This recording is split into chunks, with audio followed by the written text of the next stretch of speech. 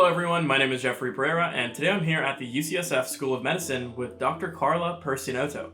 She is the first ever Associate Chief of Geriatric Clinical Programs here at UCSF, and she is also the Professor of Geriatrics in the medical school.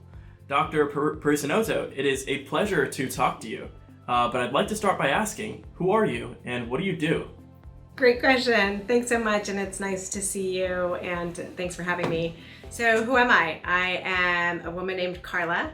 I was born in Southern California. I'm a first-generation American. My mother is from Mexico. My father is from Italy. I'm also a mother. I have a 2-year-old daughter, and I am a wife of a chef. And I am a geriatrician, and I'm a clinician researcher. Take me back to your earlier years, from your childhood to studying anthropology as an undergrad. When you think back, what is your earliest memory of falling in love with the sciences? Yeah, so I knew, I was one of these maybe rare people that wanted to study medicine since I was in elementary school. Don't really know why. I think I wasn't scared to go to the doctor. I kind of found the body interesting.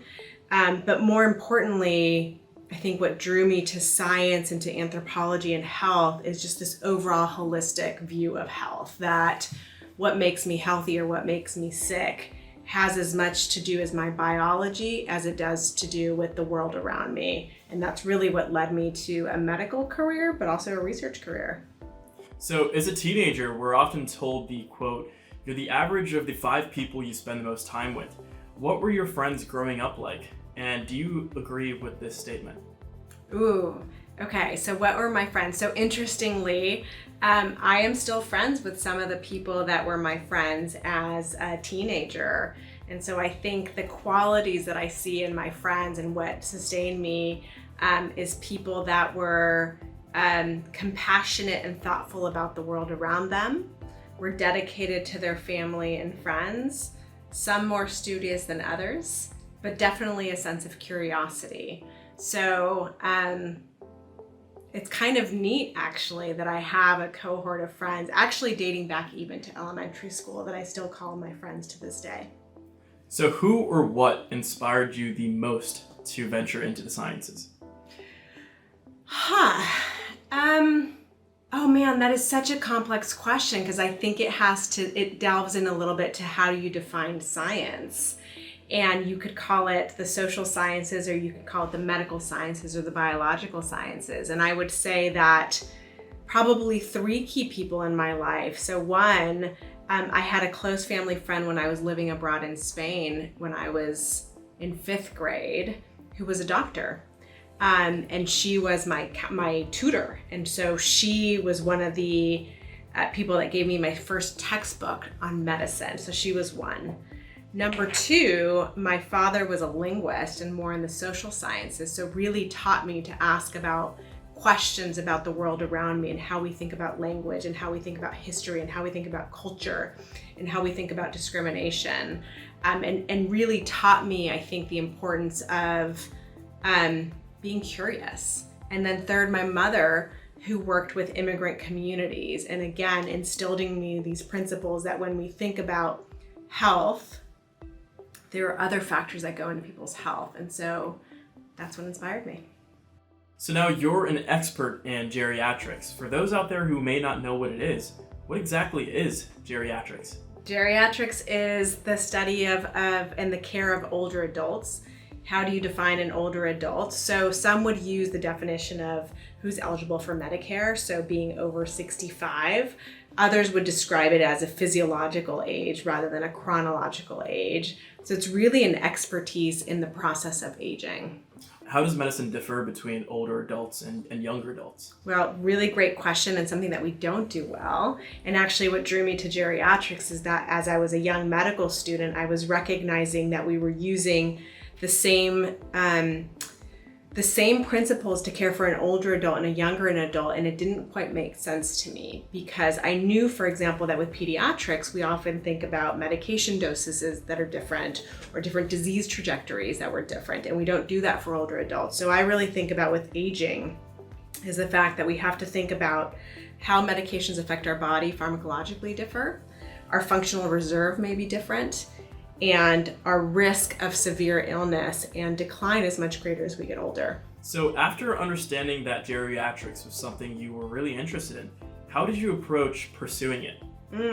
Yeah. So I think much like you, if I can allow it to divulge, is that I had a sense that I wanted to be in medicine. I had a sense that I wanted to also be in research. I considered a Ph.D. in anthropology and medicine, but I was open-minded, and I thought I'm going to go in and to medical school and see what I'm interested in. So I ruled out a lot of things. Actually, I knew I didn't want to be a pediatrician. Being on OBGYN, I was up too late at night. That was not what I wanted to do on the wards.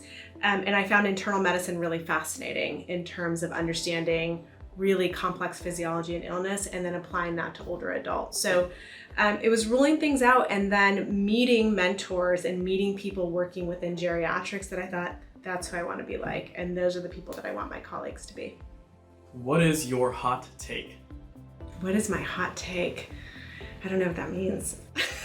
A hot take is something that a subject you feel really, or opinion you feel really strong about. I have too many hot takes. Two things, if I'm allowed to say. Go for it. So one, and which is my area of research, is that the importance of human connection to being critical for health. So I study the health implications of loneliness. And so my hot take is that we cannot underestimate the importance of connection. Number two, just because you see older adults in your practice does not make you an expert in aging. What exactly is connection to you? Connection means what it means to you. For some people, it may be connecting with a lot of people virtually over via text. For me, it's the fact that I have close connections with a smaller number of people. I may have a large community that I know, but the fact that I still have close friends from when I was in elementary school across the globe is a beautiful thing to me. What is your guilty pleasure? Salami. I didn't think about that one. It will also be my last meal. Tell me about a moment when you realized you made the right career choice. Every day. Every day. It's when it's a simple thing, someone saying thank you for helping avoid a medication error, for helping my loved one keep their independence, for making a connection with a patient and their family. It's being excited to do the work that I do. Describe the most thrilling experience in your medical career thus far. What keeps bringing you back? Knowing that I make a difference both locally and nationally. I love being able to take care of even the person down my street that otherwise doesn't have an access to the doctor and I see them on their home. I love that I testified before Congress because of my expertise. So it's everything from the bedside to thinking about what I can do nationally and globally to make change. Expand on you testifying before Congress. What was that about? So my research is on the health effects of loneliness in older adults. And as we were entering the pandemic, we recognized that many people were isolated. And so I was asked to present before Congress on my research findings. So yeah, like you mentioned, you published a paper on loneliness, which concluded that those living alone have a shorter life expectancy. What defines loneliness? How is it so detrimental to an individual's health? And how do we tackle this issue? You need an hour or two for this answer. So I will clarify that it's not living alone, but it's actually feeling lonely. So feeling lonely meaning that it is a subjective feeling of being alone, which is different than isolation, which is really about the number of relationships that you have. And I think this is what we're still trying to understand is what drives this. We think there's some biological processes, and we also think that there's some societal things around us. If I am lonely or if I'm isolated, I may not have the resources or the whereabouts or the internal drive to get the help that I need. So throughout your career, you've visited and treated patients in their homes on multiple occasions. What are the first things you look for when you enter a patient's home? I look to see pictures of their family to get a sense of who this person is. I look at their books. I look at their belongings. I like to get a sense, again, this is like my anthropology background, is like, who is this person?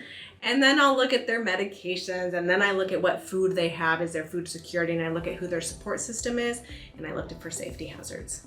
Where do you go and what do you do when you need to solve a problem? I phone a friend. I read online. I use medical things like Up to Date and medical journals. But I think my collegial environment and who are the people that I've trained with that I know, and it's different for each problem. I go to different people. What would you say is the most challenging part about treating older patients? The discrimination against older adults and the degree of ageism in this country. What keeps you going amidst all the challenges you face? Coffee, number one. Salami, number two. Is hope. And that I believe that we can firmly make a difference, and that healthcare is a right, and we deserve to live healthy lives. What is your most valuable achievement, either professionally or personally, so far? Oh man, I think one of my personal achievements is actually related to having these long-standing relationships with friends and family. My friends and community are so important to me, and to have that in my life is critical. Second, I actually think coming to UCSF is one of my biggest achievements. I was told when I was younger I would never get there. I wouldn't be accepted to medical school. I wouldn't be able to go where I wanted to go. And here I am decades later. Describe to me step by step and in detail the steps I should take to one day be the chief of geriatric medicine like you. The steps are knowing yourself, knowing what drives you, and being true to who you are. And it sounds trite, but I really mean that in terms of don't just do things to put it on your application. Do things because they matter to you. Because when someone's reading your application, it is very apparent who's doing things just to put it on paper versus the people that can tell the story about why they're connected to the activity. Don't be afraid of failure. It happens to all of us at different times. We may not always disclose it, but it happens. And it's remembering what drives you and keep that going and coming back to you every day. So that means that when you're having doubts about yourself, when you're having a lousy day, when you failed a test, or when you've gotten bad feedback, it means, why am I doing this? What is my personal mission and vision? And is what I'm doing getting to that? And then it's getting through all the annoying things of taking classes and taking tests, but feeling like, what is it that drives you? So for me to be a clinical chief in geriatrics is because I, at my core, believe that we all deserve access to excellent healthcare, regardless of age, regardless of country of origin, regardless of language that we speak. And so everything that I did was with that goal in mind. And so I would stop and reevaluate, am I getting to that goal and can I do that? What is one of the biggest failures that you've experienced, and how did it change the trajectory of your life in the most positive way? I failed some tests and classes at a time where it was embarrassing to do so. And it made me think about, what does it mean to fail? And is it failing a specific thing, or does that mean I'm a failure as a person? And it made me think about the things that I can do for self-care, actually, to protect myself and help myself moving forward. So in some sense, it gave me a reassurance that I may be failing in this one thing, but the rest of my life I'm doing okay. And I used to do terribly in standardized tests, and my self-care actually involved doing yoga and meditation. Once I learned that, tests are no problem. Do you think that you'd be the same person if you hadn't have failed in those areas? Absolutely not.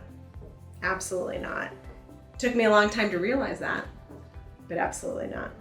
How have you incorporated other fields into your work? And how do you identify potentially fruitful collaborations? Yeah, so I think the nature of geriatrics and what drew me to geriatrics is that it is by definition interdisciplinary. I have to work with social work. I have to work with neurology. I have to work with fields outside of medicine. And how do I find a good collaborator? It's people that are curious like me, I think, and that have similar mission and vision of improving the lives of older adults.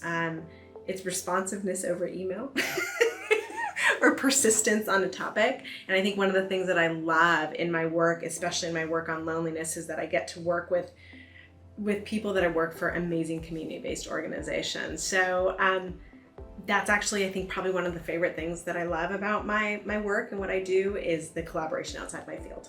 If you could tell the world one thing about why geriatrics is so important, what would you say?